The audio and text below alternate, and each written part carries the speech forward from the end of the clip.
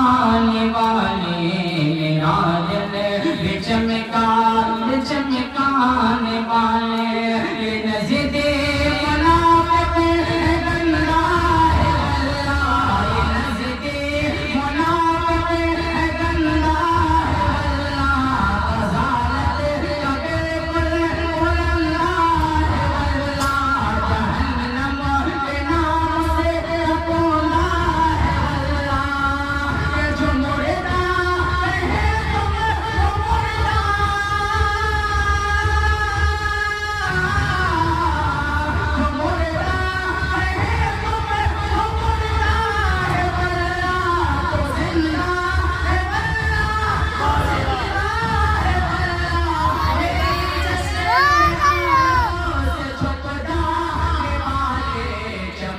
तुझे से पाते हैं सब पाने वाले मेरा दिल भी चमकाने वाले।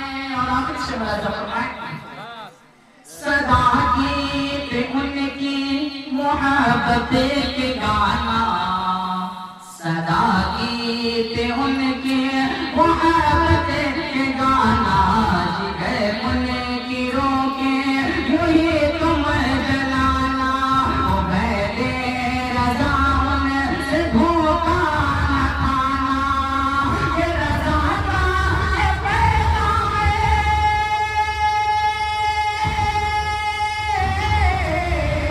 रज़ा का ये पैगाम रज़ा का ये पैगाम ना भूल जाना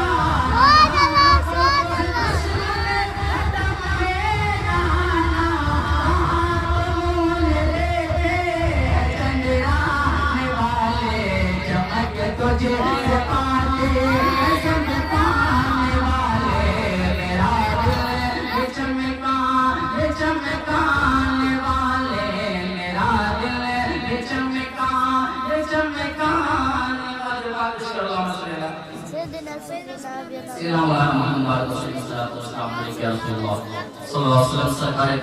फरमाते हैं तेरे दामने गर्म में जिसे नींद आ गई है तेरे दामने करम में जिसे नींद आ गई है जो फना न होगी ऐसी उसी जिंदगी मिली है और मैं मरूं तो मेरे मौला ये मलाइका से कह दे जिसे कोई मत जगाना अभी आँख लगी।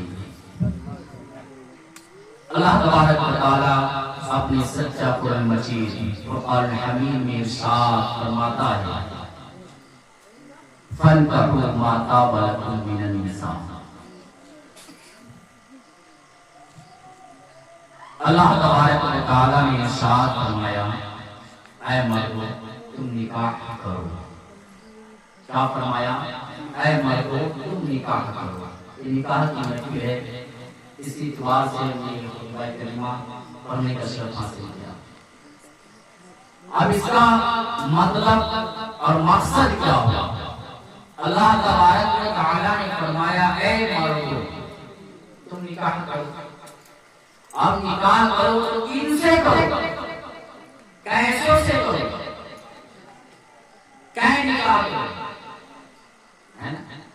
अल्लाह तबारक व तआला ने उसी कुरान में फरमाया कि तुम निकाह करो।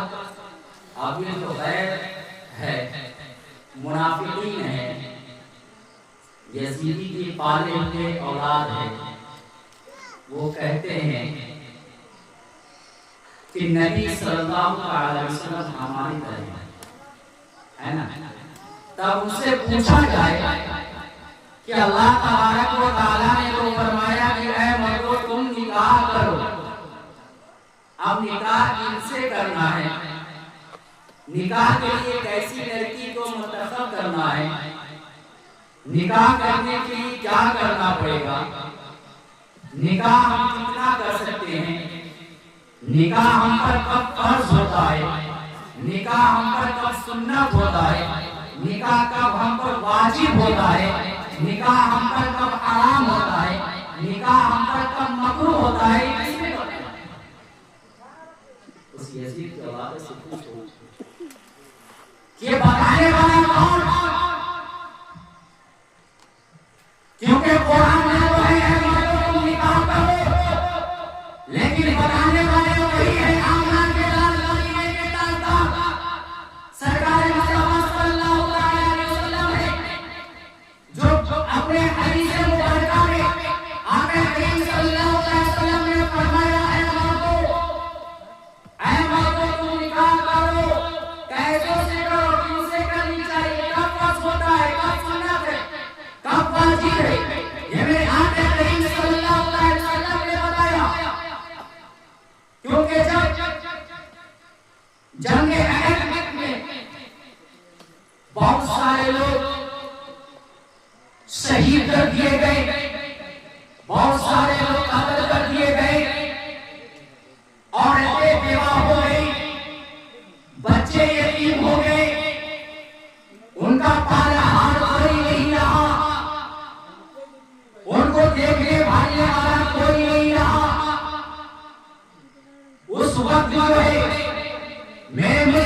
सल्लल्लाहु अलैहि वसल्लम ने इरशाद फरमाया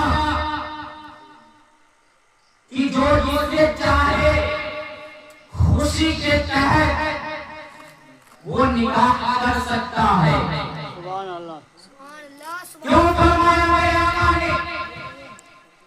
ताकि जो बच्चे यतीम हो गए उनको जीने का सहारा मिल जाए, बेवाओं के सर पे हाथ फेरने वाला मिल जाए, बेवाओं का कोई जिम्मेदारी लेने वाला मिल जाए, ताकि बेवाओं का कोई हंसने वाला ना हो, ये बेवाओं के सरों से कोई चादर खींचने वाला ना हो, ये बेवाओं की कोई बेइज्जती करने वाला ना हो, ताकि ये बेवा अगर आज जो बाजार में चले या रोड पे निकले तो लोग ये कहे यार हमारा शहर तुम्हारा शहर जो है कब्जा कर दिया गया, हमारा शहर जो है मार दिया गया, हमारे शहर को जो है कत्लेआम कर दिया गया, अब तुम्हारा देखभाल करने वाला कोई नहीं है, तुम्हारे साथ कोई कुछ भी कर सकता है, तुम्हारे साथ कोई भी जबरदस्ती कर सकता है। इसी सारी चीजों को बचाने के लिए जो है मेरे आका करीम सल्लल्लाहु अलैहि वसल्लम ने फरमाया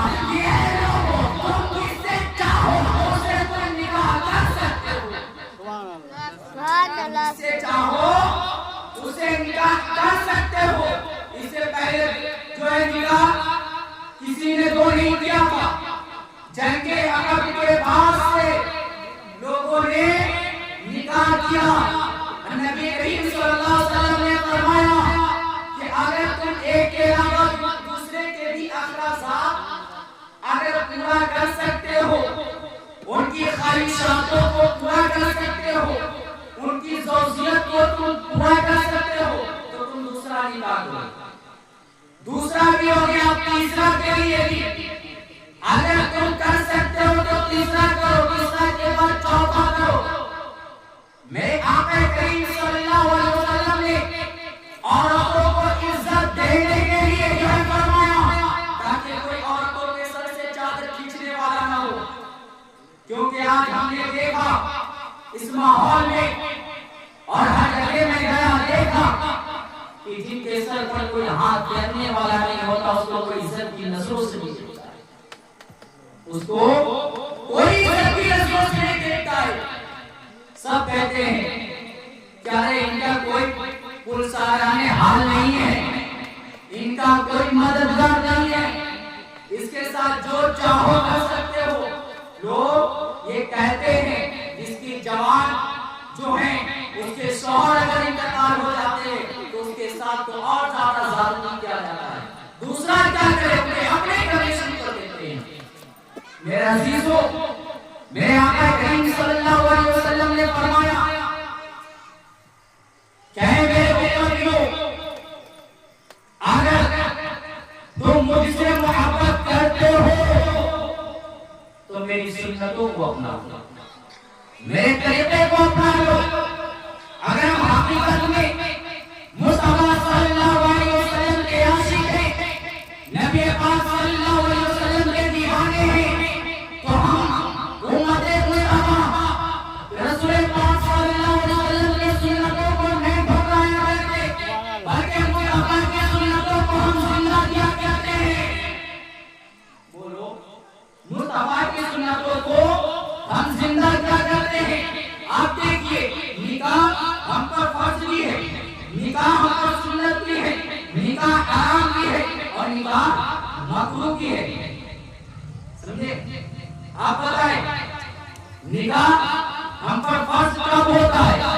मैं आपको बता दूं, निकाह फर्ज उस वक्त होता है कि बच्चे जवान हो गए, शादी की उम्र निकल रही है, उसके पास मालो सर भी है, उसके पास घरों मकान भी है, उसको अपने जौजा की ज़ौजियत में हक भी अदा कर सकता है, फिर भी वो निकाह नहीं करता है, अपने नफ्सों को कंट्रोल नहीं कर पाता है, तो उस वक्त उस पर निकाह जो है फर्ज हो जाता है। निकाह क्या होता है बोलिए? फर्ज होता है। आप सुनना उस वक्त है कि उम्र तो है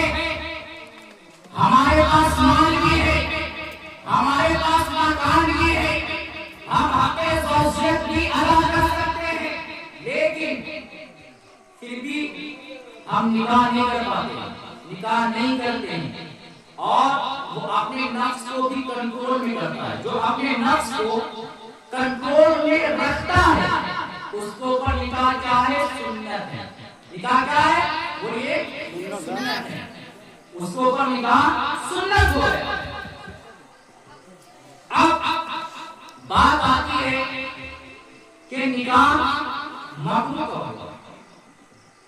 निकाह मकरूह कब होगा और हराम कब है? निकाह हराम उस वक्त है कि जब वो उसके पास माल भी है, मकान भी है, गाड़ी घर बंगला भी है, हर कुछ उसके सुकून के लिए है, लेकिन एक चीज के पास नहीं है। क्या नहीं है? वो आपके ज़ौजियत अदा नहीं कर सकता, यानी कि अपनी बीवी के साथ रात नहीं गुजार सकता, उस काबिल का नहीं है। तो निकाह तो कर सकता है, ऐसा नहीं कि निकाह नहीं कर सकता, निकाह नहीं होगा, निकाह हो जाएगा, लेकिन निकाह करना हराम है। समझ में बात आई? निकाह कर सकता है, निकाह हो जाएगा, लेकिन निकाह करना उस वक्त हराम है। क्यों? कि आप जिस लड़की को लाएंगे उसकी आप अपने ज़ौजियत अदा नहीं कर सकेंगे, आप उनकी जिंदगी को तबाह व बर्बाद कर देंगे, इसलिए जो इसके ऊपर निकाह हराम है। अब निकाह मकरूह उस वक्त होता है कि हम निकाह के लायक हैं, हम निकाह के काबिल हैं,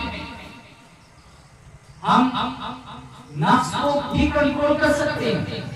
लेकिन अब मसला आ जाता है कि हमारे पास ना माल है, ना हमारे पास घर है, ना हमारे पास मकान है, ना उसके कुछ ख्वाहिशात को पूरी कर सकते हैं, सिर्फ हक़ ज़ौजियत के अलावा हम कुछ नहीं अदा कर सकते, ना हक़ महर अदा कर सकते हैं, हक़ महर भी अदा नहीं कर सकते। और ये भी ख्याल है कि अपनी बीवी को लाऊंगा तो अपने घर का गुलाम बना करके रखूंगा, अपने घर की नौकरानी बना करके रखूंगा, अपने घर के काम काज के लिए लेकर आऊंगा। तो ऐसे हालात में निकाह करना मकरूह हो जाता है। क्या होता है? मकरूह हो जाता है। तो ये बात अपने ज़हन में रखिए, जब आपका औलाद जब औरत को पहुंच जाए निकाह